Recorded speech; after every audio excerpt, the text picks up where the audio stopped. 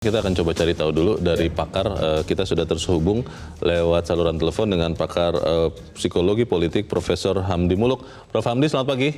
Selamat pagi Mas Leo, selamat pagi Mas Kohar, selamat pagi Prof. seluruh Indonesia. Ya, Prof. Hamdi, kalau kita semua mungkin diajarkan dari sejak kecil oleh orang tua, oleh guru untuk tetap berkata-kata santun, bersikap santun dimanapun kita berada. Tapi ya namanya manusia, karena kita punya emosi, kadang-kadang tidak terkendali, akhirnya kita bisa marah. Pertanyaannya, kalau itu dilakukan oleh seorang tokoh, oleh seorang pemimpin atau calon pemimpin, sebetulnya apa yang diharapkan oleh orang itu, Prof?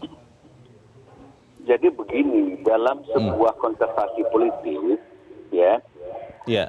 retorika, terus narasi, apapun diksi-diksi yang punya kemungkinan daya persuasi, mengajak orang untuk meyakini pilihan-pilihan politik kita dan sekaligus juga menjauhkan orang dari pilihan-pilihan politik pihak lawannya, itu adalah satu keniscayaan.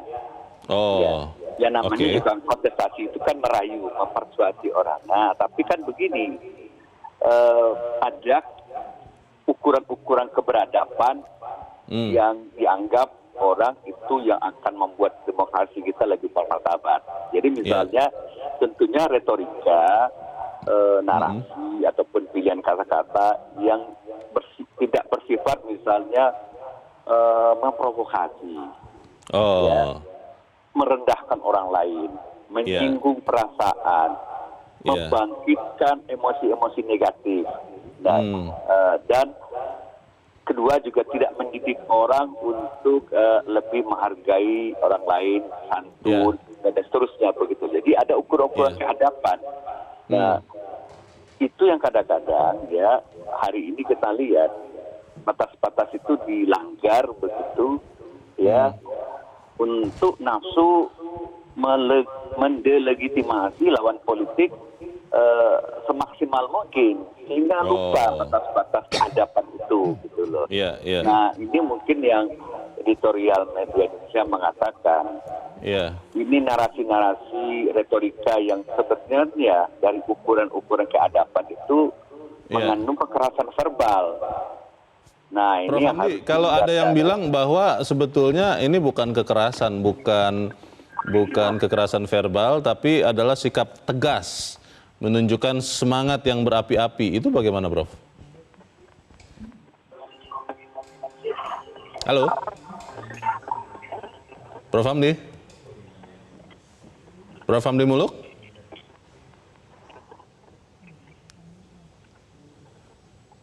Halo, Prof. Hamdi? Iya, kelihatannya kita mengalami gangguan komunikasi, tetapi terima kasih Prof. Hamdi sudah bergabung bersama kami.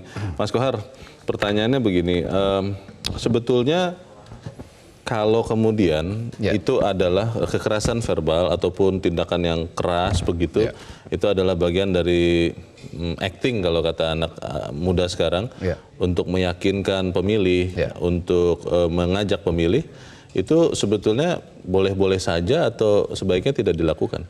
Gini, persuasi itu cara dan metode apapun itu bisa dilakukan. Semangat, berapi-api itu berbeda dengan kekerasan verbal. Karena orang menggerakkan semangat dengan berapi-api, dengan retorika pidato yang luar biasa menggelegar, itu tidak harus dengan kalimat-kalimat yang mencaci.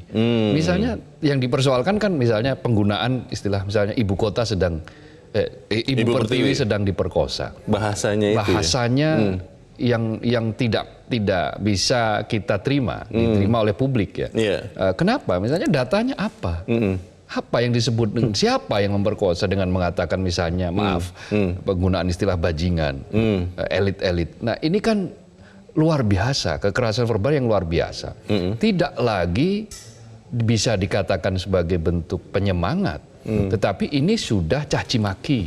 Beda loh caci maki dengan semangat itu. Keras itu berbeda dengan kasar gitu. Nah, kasar itu yang tidak boleh. Keras dengan prinsip tegas boleh. Itu oke, nggak apa-apa. Tetapi kasar dengan maki-maki itu tentu saja selain tidak sesuai dengan kultur masyarakat Indonesia itu juga tidak mendapatkan justifikasi dari teori apapun, kebenaran apapun. Bung Karno misalnya yang dikatakan merujuk kepada Bung Karno misalnya, yang pidatonya berapi-api. Kalau kita saksikan, Bung Karno itu tidak pernah mencaci maki, mengobarkan semangat, menggedor-gedor kesadaran publik yang waktu itu masih baru usia sangat muda. Di Republik ini. Republik ini usianya baru sekian bulan, sekian tahun. Itu butuh spirit semangat dengan dorongan yang berapi-api. Tapi kata-katanya tidak kasar ya? Tidak kasar. Tidak mengancam. Iya, dan kata-katanya tidak meneror, tidak mengancam.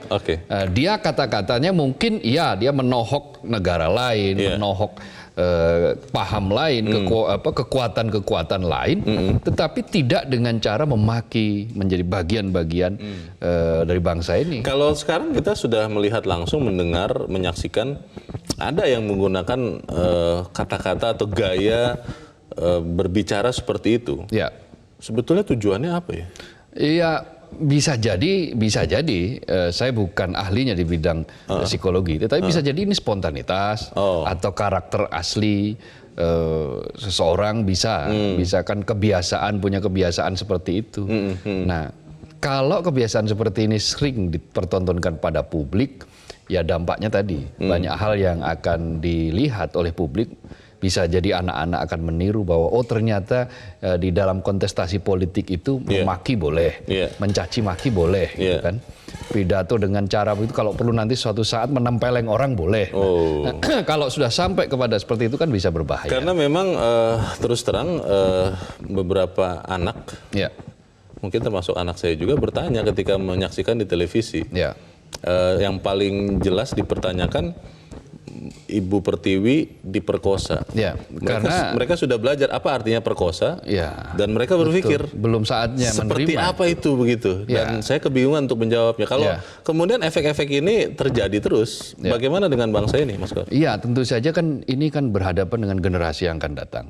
Kita menghadapi situasi nanti seabad Indonesia. Mestinya pemimpin itu lebih banyak menabur harapan, merawat politik harapan. Bukan justru menghadirkan politik kecemasan, politik ketakutan, politik teror, politik verbal yang kasar. Yang dihadirkan itu mestinya adalah spirit, semangat gitu loh. Supaya apa? Supaya anak-anak bangsa ini kemudian justru hadir semangatnya, mimpi menjadi Indonesia yang lebih baik, apapun ya profesinya. Mimpi untuk nanti menjadi juara, bermental juara itu mendapati kenyataan. Karena apa? Buktinya bisa naik peringkat di SEA Games menjadi 10 besar, peringkat ke-8 Asian Games. Mungkin juga di SEA Games. Mimpi menjadi nanti misalnya Indonesia sepak bolanya masuk ke Piala Dunia, itu juga bagian dari merawat harapan di Republik ini yang jumlahnya bisa macam-macam. Nah, ini mestinya yang harus dielaborasi, yang harus didorong. Kalau kita misalnya kompetisi ingin menangi sesuatu, ya kita bilang nanti di zaman Anda mencapai segini, tapi di zaman saya prestasinya akan jauh lebih besar lagi. Misalnya dengan itu disuarakan dengan bergelora, dengan berapi-api, tentu akan jauh lebih baik daripada mencaci maki. Harapan kita memang semua pemimpin atau tokoh bangsa yang akan mau menjadi pemimpin sudah tahu bahwa tidak boleh menggunakan kekerasan verbal, tetapi ternyata masih ada.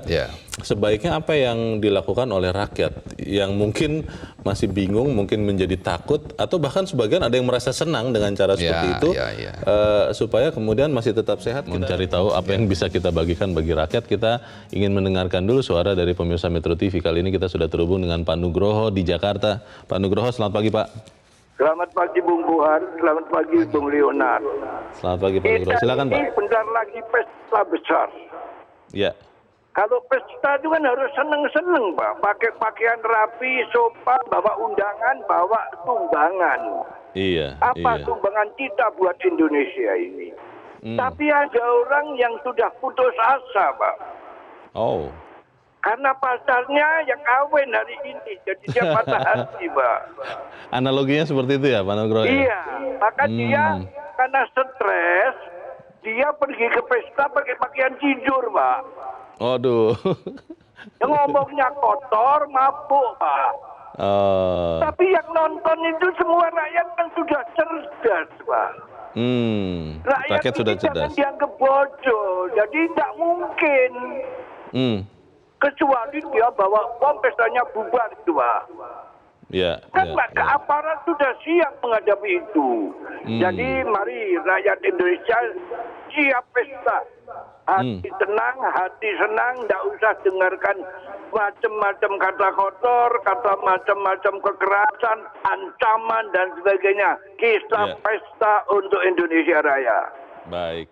Terima kasih Pak Nugroho di Jakarta. Selamat pagi Pak. Mari kita berpesta katanya Mas Kohar. Kita akan mendengarkan pemirsa Metro TV berikut dari Batam, Kepulauan Riau. Ada Pak Abdul Rahman. Pak Abdul Rahman, selamat pagi Pak. Halo, selamat pagi Metro TV. Selamat pagi Bung Leo. Selamat pagi Bung Kohar. Selamat pagi. Silakan Pak Abdul Rahman, pendapat Anda Pak. Kami ingin menyampaikan bahwa apa yang sedang dipertontonkan oleh salah satu calon kita ini merupakan suatu pelajaran politik yang sangat tidak bagus bagi masyarakat. Ini menandakan bahwa yang bersangkutan sudah kehilangan narasi. Narasi-narasi yang produktif dan konstruktif sudah habis dalam pemikirannya. Akhirnya menggunakan kata-kata yang kasar sehingga cukup menakutkan masyarakat untuk memilih yang bersangkutan. Bukan kebaikan yang didapat, malah nanti akan keburukan. Masyarakat akan takut. Kok calon pemimpin saya seperti begini? Apa yang akan jadi untuk negara kita ke depan bila kita memilih pemimpin yang kasar seperti ini? Artinya negara kita memerlukan orang yang berbudaya, arif dan bijaksana. Tetapi ketika yang kita pertontonkan seperti ini, tentu kaku bagi masyarakat. Jadi kita berharap masyarakat semakin bijak, masyarakat semakin pintar untuk menilai kira-kira mana yang pantas untuk jadikan pemimpin kita. Dan kita berharap elit-elit politik yang ada di atas sana dalam beberapa hari ini jangan menyulutkan masyarakat. Baik, terima kasih Pak Abdul Rahman di Batam, Kepulauan Riau. Selamat pagi Pak. Di belakang Pak Abdul Rahman ada Ibu Nani di Jakarta. Bu Nani, selamat pagi. Selamat pagi, terima kasih. Silakan Bu Nani. Sebagai ibu tua ya, sangat prihatin. Akhir-akhir ini kok anak-anak itu kok gampang sekali marah ya. Guru dilawan, temen dirempuk, kayak di Pontianak ya. Ini yang salah siapa ya? Apa pemimpin yang tidak memberikan keteladanan dengan bicara seenaknya? Contoh kayak Pertiwi diperkosa. Itu untuk kaum minoritas. Ada yang berpikir takut kejadian lagi takut 98 loh. Ada yang berpikir sampai ke situ ya Bu Nani ya? Seperti itu loh. Itu mengerikan sekali. Karena itu buat saya ya mau pilih 02, 01 terserah. Walaupun saya sini udah punya pilihan ya. Tetapi kan alangkah indahnya kalau muncul yang bicara kayak Pak Jokowi, tertawa, tenang, halus. Pak Ma'ruf Amin walaupun baru kita itu ya terbuka gitu. Betapa indahnya, tak tentram sekali jiwa kita. Jangan tiba-tiba gebrak meja, marah-marah. Kita mau milih juga ketakutan. Bagaimana nanti mimpin kita rakyat kalau kerjanya marah-marah seperti itu. Baik. Kita kan rakyat itu terutama anak-anak kecil remaja itu butuh pemimpin yang halus, yang kita berkompromi, penuh toleransi, penuh keindahan. Saya kira itu penting sekali. Iya. Terima kasih Bu Nani di Jakarta. Selamat pagi Bu. Jangan sampai anak-anak kemudian menirunya kata Bu Nani. Kita akan mendengarkan Pak Syahril di Jakarta. Pak Syahril, selamat pagi Pak. Selamat pagi Metro. Selamat pagi Pak Syahril. Silakan Pak. Ini mundur gitu nilai-nilai karakter kita. Itu tidak disesalkan lagi. Dikarenakan ada perbedaan. Yang satu kombinasi umaroh dan ulama. Ini lebih cenderung pada nilai-nilai budaya agama. Yang satu lagi militer dan pengusaha. Ini lain lagi. Ini autokrat. Ini ya bisa-bisa kalau dalam pertempuran itu barbar. Intimidasi dan segala macam. Yang satu wilayah itu pengusaha, dia menghalalkan segala cara bahwa keberhasilan itu, sukses itu adalah sesuatu yang benar. Jadi kebenaran itu dilihat bukan dari segi etika budaya, tapi hasil itu dia mencapai cita-citanya itu adalah benar prosesnya. Ini ingat, dia adalah seorang pengusaha. Jadi kita perlahan-lahan kita akan kembali ke zaman barbar, ya. Jadi sangat menyedihkan sekali. Jadi apalagi itu sosok yang sudah tua itu ya, yang sudah sebentar lagi juga akan dipanggil Tuhan. Power lah, segala macam lah, ya. Saya sangat menyedih sekali. Dulu saya simpati sama beliau ini, ya. sosok yang menyampaikan people power itu saya seperti. Tapi sekarang ya mudah-mudahan perginya nanti dalam kalimat Allahu Akbar. Itu aja para orang yang tua ini ya, sama. Baik, terima kasih Pak Syahril di Jakarta. Selamat pagi Pak. Para pemirsa berharap betul sebetulnya Mas Kohar bahwa pemimpin atau calon pemimpin memberikan kesejukan. Tadi yang sangat menarik yang dikatakan Bu Nani, jangan-jangan ada hubungan bahwa sekarang anak-anak mudah marah, guru dilawan, kejadian terakhir ada anak dikeroyok di Kalimantan ya, dan itu jangan-jangan karena melihat contoh-contoh, salah satunya adalah kekerasan verbal ini. Bagaimana Mas? Ya, kayak tadi peribahasa guru kencing berdiri, murid kencing berlari. Peniruan itu biasanya akan lebih masif. Peniruan itu biasanya akan lebih hebat daripada apa yang semula dicontohkan. Nah, ini yang berbahaya makanya. Karena itu kita berkali-kali menekankan pakailah cara yang santun. Agama manapun menyarankan untuk itu. Di Islam itu ada ajakan wajadilhum billati hiya ahsan. Dan ketika terjadi perdebatan, ketika beradu argumentasi, maka lakukanlah dengan cara-cara yang baik. Cara-cara yang santun, tidak memaki-maki, menyampaikan data, fakta sebagai pembanding. Itu akan sangat indah kalau dilakukan. Nah, kalau agama sudah memberikan seperti itu, tradisi di kita juga sudah melakukan seperti itu, kebiasaan di kita sebetulnya juga ada contoh-contoh baik. Anak-anak kita dididik dari kecil untuk santun terhadap orang tua, untuk berbudi pekerti yang halus, tegas tapi ramah, gitu kan. Jadi itu semua akan menjadi hancur apabila elit-elit calon pemimpin itu lebih banyak mengapungkan, menyampaikan hal-hal yang bersifat kekerasan verbal. Kalau tadi kata Pak Syahril, beliau mencoba melihat latar belakang, katanya yang satu pasangan ulama dan umaro, sementara yang satunya lagi pasangan militer dan pengusaha yang cenderung menghalalkan segala cara. Memang begitu Mas? Iya, kan tidak. Ini stigmatisasi kalau ini. Artinya tidak selalu bahwa dengan profesi A maka dia akan bersikap kasar. Dia berasal dari etnik B, maka dia otomatis akan senantiasa mengintroduksi kekerasan verbal. Itu stigmatisasi. Itu tidak bisa kita generalisasi begitu saja. Banyak kok orang yang pengusaha yang ramah, pengusaha yang baik hati, yang luar biasa cara menyampaikan gagasan. Banyak juga tentara yang dengan sangat konstruktif menyampaikan seperti apa TNI kita, bagaimana dengan bahasa yang santun juga banyak. Pemimpin-pemimpin kita kan dulu juga ada yang dari tentara. Pak Harto itu malah dapat julukan Smiling General, kan? Jenderal yang terlalu senantiasa tersenyum. Sebagian orang mengatakan bahwa yang terjadi kekerasan verbal dari salah satu paslon ini sebetulnya adalah sesuatu yang tidak direncanakan, sesuatu yang spontan dan sebenarnya orang bersangkutan pun tidak ingin seperti itu. Bagaimana Mas Kohar? Ya bisa jadi, karena ada tekanan-tekanan tertentu, ada kebiasaan psikologis tertentu yang ketika menghadapi tekanan itu bentuk ekspresinya kan macam-macam. Perlawanan ya? Perlawanannya kan. Ada orang yang memilih cara diam, tenang. Ada yang dengan cara berapi-api melawan. Ada yang dengan cara selain berapi-api juga menampilkan kekerasan verbal, menampilkan makian-makian. Nah, ini semua ada, tersedia. Tetapi ketika di ruang publik, maka hadirkanlah setidak-tidaknya. Kalau tidak bisa ya diam. Banyak ajaran yang mengatakan loh jangan kamu marah-marah karena marah-marah itu tidak akan masuk surga. Gitu. Yang terjadi sudah terjadi, tapi kita harus memberikan bekal juga untuk rakyat bagaimana menyikapi calon pemimpin yang masih memberikan kekerasan verbal. Mas Kohar, ada yang mengatakan bahwa dari lidah yang sama bisa keluar berkat, bisa keluar kutuk. Nah, kalau kita melihat lidah itu adalah lidah pemimpin atau calon pemimpin, sebetulnya bagaimana kita berharap dari mereka dan bagaimana sebaiknya rakyat menyikapinya? Nah, lidah pemimpin itu dia harus memberikan optimisme. Sama ketika Bung Karno mengobarkan semangat. Merawat politik harapan, itu yang paling penting. Supaya apa? Supaya masyarakat itu bisa menggapai apa yang dia cita-citakan. Saya menjadi ingat apa yang terjadi di Amerika Serikat. Ketika terjadi peristiwa Great Depression, depresi besar ekonomi, sangat yang terburuk, waktu itu pengangguran 4 juta menjadi 8 juta, bahkan mengganas menjadi 15 juta. Nah, ketika itu Hoover, pemimpin Amerika, gagal dalam menciptakan solusi-solusi. Lalu dijadikanlah pemilu Amerika, pemilu presiden itu sebagai ajang untuk pertarungan gagasan. Nah, waktu itu hadir seorang namanya Franklin Delano Roosevelt.